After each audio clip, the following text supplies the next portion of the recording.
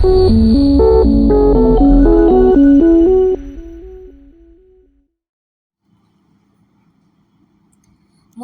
అంటే తమకు ఎంతో అభిమానం. వారికి ఏ కష్టం వచ్చినా నేను, నా కుటుంబం ముందుంటాం.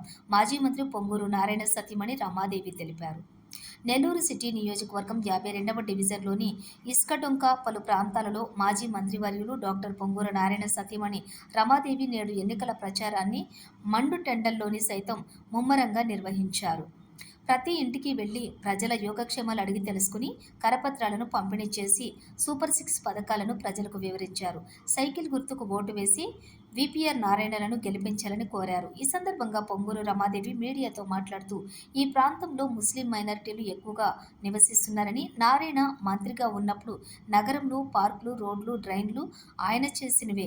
ఈ ప్రాంతాన్ని కూడా వారు ఎంతో అభివృద్ధి చేశారని, ప్రజలు తమకు మద్దతు తెలియజేస్తున్నారని, ఇవే కాకుండా ముస్లిం సోదరులకు ప్రత్యేకమైన శ్రద్ధతో వివాహం చేసుకునేందుకు అన్ని వసతులతోటి షాదీ మంజిల్ నిర్మించారని, రొట్టెల పండుగ జరుపుకునే బారా షాహిద్ దర్గాను కూడా ఎంతో అభివృద్ధి చేసి భక్తులకు అన్ని వసతులు ఏర్పాటు చేసి మన నెల్లూరులో జరిగే రొట్టెల పండుగను రాష్ట్ర పండుగగా గుర్తింపు తెచ్చేలా తీర్చిదిద్దారని, ముస్లిం పిల్లలు చదువుకునేందుకు పిఎన్ఎం హై స్కూల్లోని అన్ని వసతులు జూనియర్ కళాశాలలో ఏర్పాటు చేశామని, ఇక్కడ చదువుకున్న విద్యార్థులు నేడు ఉన్నత ఉద్యోగాలలో ఉన్నారని, వారే తమకు తెలియజేస్తున్నారని, మసీదుల అభివృద్ధికి ప్రత్యేక నిధులు కేటాయించారని, అలాగే చంద్రబాబు నాయుడు ముస్లింల మీద ఎంతో మమకారంతో ముస్లిం మహిళలు వివాహానికి దుల్హన్ పథకం ప్రవేశపెట్టారని, రంజాన్ పండుగ వచ్చిందంటే ప్రతి ముస్లిం సోదరుడికి రంజాన్ తోఫా అందించారని, మసీదులోని నమాజులు చదివించే ఇమాం మౌజనులకు గౌరవం వేతనం కూడా ఇచ్చిందని కూడా చంద్రబాబు నాయుడని, ముస్లింల కమ్యూనిటీకి ఏం చేయాలో అన్నీ చేశారని, నగరంలో ముస్లిం సోదరులకు, అక్క చెల్లెలకు వారికి ఏ కష్టం వచ్చినా నేను, నా కుటుంబం అండగా ఉంటామని తెలిపారు. వచ్చే ప్రభుత్వంలో నగరం నుండి బలమైన ప్రాతినిధ్యం ఉండేలా ఎంపీగా విపిఆర్, ఎమ్మెల్యేగా నారాయణ భారీ మెజారిటీతో గెలిపించాలని ప్రజలను అభ్యర్థించారు. గడప గడపకు తెలుగుదేశం ఓటు వేయమని, ఎమ్మెల్యేగా పొంగూరు నారాయణ గారి యొక్క అభ్యర్థిత్వాన్ని బలపరచమని, అదేవిధంగా ఎంపీగా వేమిరెడ్డి ప్రభాకర్ రెడ్డి గారికి ఓటు వేసి గెలిపించమని ప్రతి ఒక్కరిని కోరటము జరుగుతోంది. ఇలా ఒకరొకరిని కలుసుకొని వెళ్తూ ఉన్నాము. ఇక్కడ ముస్లిం మైనారిటీస్ ఎక్కువగా నివసిస్తున్న ప్రాంతం ఇది, ఇసుకడొంక ప్రాంతము. ఇక్కడ ముస్లిం మైనారిటీస్ ఎక్కువగా నివసిస్తూ ఉన్నారు. ఇప్పుడే మనము ఒకరిద్దరు ముస్లిం వాళ్ళని కలిసి, ఒక 4-5 కలిసి ఇలా రావటం జరిగింది.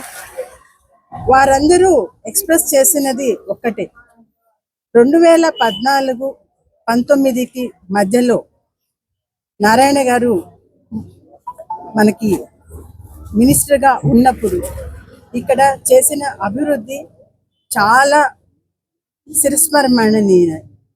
చిరస్మరణీయమైనది, అంటే ఎంతో గుర్తుంచుకోదగింది. ఆ రోజు ఆయన చేసిన ఈ రోడ్లు అయితేనేమి, ఎల్ఈడి లైట్స్ అయితేనేమి, ఇవన్నీ కూడాను, లేకుంటే నీట్గా ఉండే సైడ్ కెనాల్స్ అయితేనేమి, ఇవన్నీ కూడా మేము మర్చిపోలేని విషయాలు.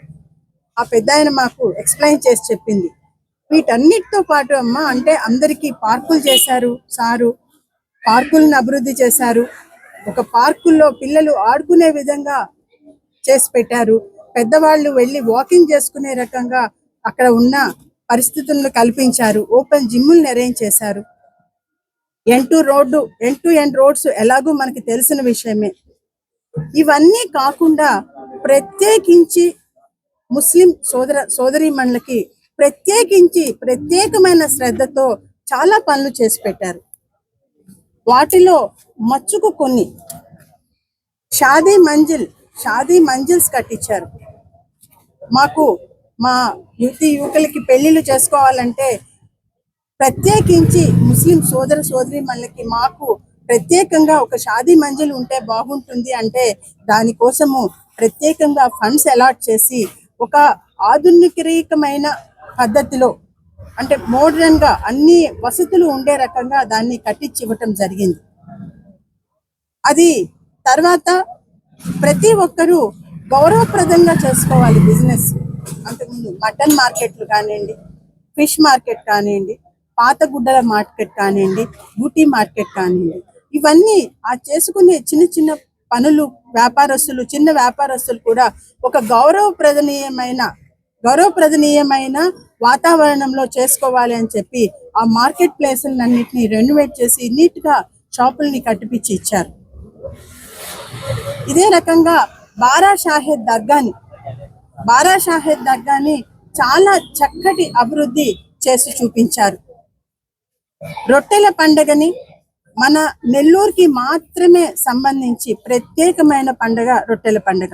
ఇది దేశంలో ఇంకెక్కడా చూడము, ఏ ప్రాంతంలోనూ చూడము, ఎక్కడా కనపడదు. ప్రత్యేకించి మనకి నెల్లూరుకి మాత్రమే ప్రత్యేకమైన పండుగ.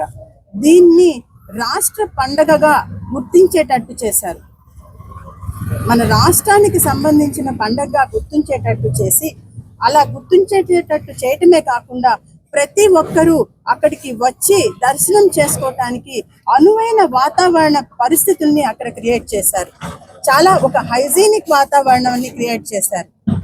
అది ఎంత బాగా చేశారంటే 2014లో అక్కడికి 4 లక్షల మంది వస్తే, అదే వచ్చి దర్శించుకొని వాళ్ళ మొక్కులు తీర్చుకొని వెళ్తే, అదే 2019కి వచ్చేసరికి 20 లక్షల మంది దర్శించుకున్నారు.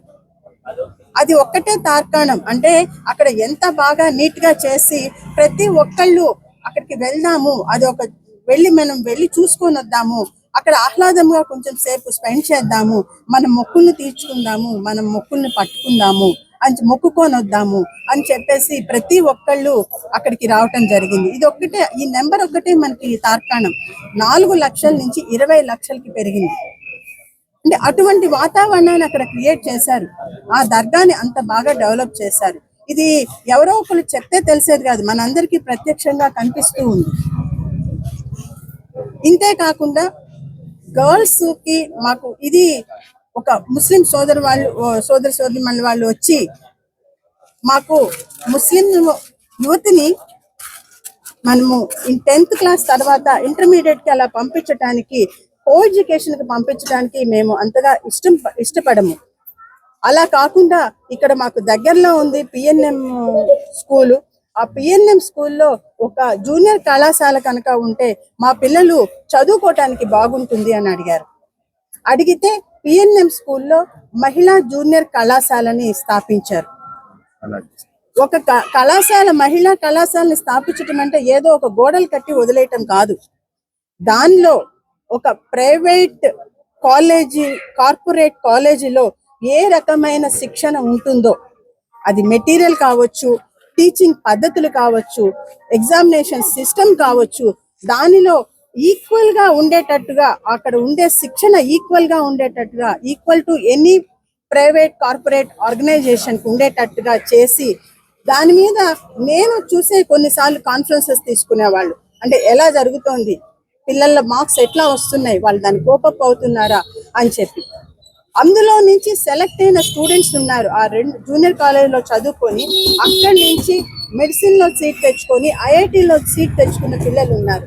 ఎందుకంటే ఆ పిఎన్ఎం పరిసర ప్రాంతాల్లో నేను ఇంటింటికి వెళ్ళి మనము ప్రచారం చేయడానికి వెళ్ళినప్పుడు, అమ్మ మా బిడ్డ అక్కడ నుంచి సెలెక్ట్ అయ్యి మెడిసిన్ చదువుతోంది, ఈ రోజు మెడిసిన్ చదువుతోంది అంటే అది కేవలం నారాయణ సార్ యొక్క దయ. ఆయన ఆ రోజు అది పెట్టి, మేము అడిగిన వెంటనే తడుగా అది పెట్టించి అక్కడ మాకు మా పిల్లలకి అంత మంచి శిక్షణ ఇప్పించి ఈ రోజు మా బిడ్డలు ఇలా మెడిసిన్ లో చదువుతూ ఉంది అంటే అది కేవలం కారణం నారాయణ గారేనమ్మా. మేము అది జన్మలో మర్చిపోలేము. అదే రకంగా ఇంకొక ఐఐటీలో సెలెక్ట్ అయిన స్టూడెంట్లు కూడా నేను చూసి మాకు అది అంటే ఒక పని చేసినా కూడాను అది ఏదో తూతూ మంత్రంగా చేయటం కాదు, దానిలో నిజంగా అందులోంచి అవుట్పుట్ ఉండాలి. ఇదే రకంగా అప్పుడు మనకి తెలుసు, ప్రతి ఒక్కళ్ళకి మనకి చంద్రన్న బీమా పథకం ఉండింది, తర్వాత దుల్హన్ పథకం ఉండింది. ముస్లిం యూత్లకి ఒక మ్యారేజ్ చేసుకుంటే దుల్హన్ పథకం ద్వారా వాళ్ళకి కొంత సహాయం లభించేది. అది కూడాను తర్వాత ప్రభుత్వంలో క్యాన్సిల్ చేసేశారు. రంజాన్ తోఫా ఇచ్చేవారు, ఆ రంజాన్ తోఫాను కూడా క్యాన్సిల్ చేశారు. విదేశీ విద్యకి సహాయం చేసేవారు. ఎవరైనా పిల్లలు ఇంకా బాగా చదువుకొని బయట దేశాలకు కూడా వెళ్ళి ఉన్నత విద్యను అభ్యసిస్తాము అని అంటే విదేశీ విద్య కూడాను మన వాళ్ళకి సహాయం చేశారు. 10 లక్షల నుంచి 15 లక్షల వరకు సహాయం చేశారు. ఇవన్నీ కూడా చంద్రన్న బీమా పథకం ఉన్నింది. ఈ విధంగా ప్రత్యేకించి ముస్లిం కమ్యూనిటీకి చాలా, అంటే ఇది అడిగి అని కాదు, అడగకపోయినా వారి యొక్క అవసరాలు ఏంటి, వాళ్ళకి ఏమేం కావాలి, వాళ్ళు ఏం చేస్తే వాళ్ళకి బెటర్గా ఉంటుంది అని చెప్పేసి అనుకొని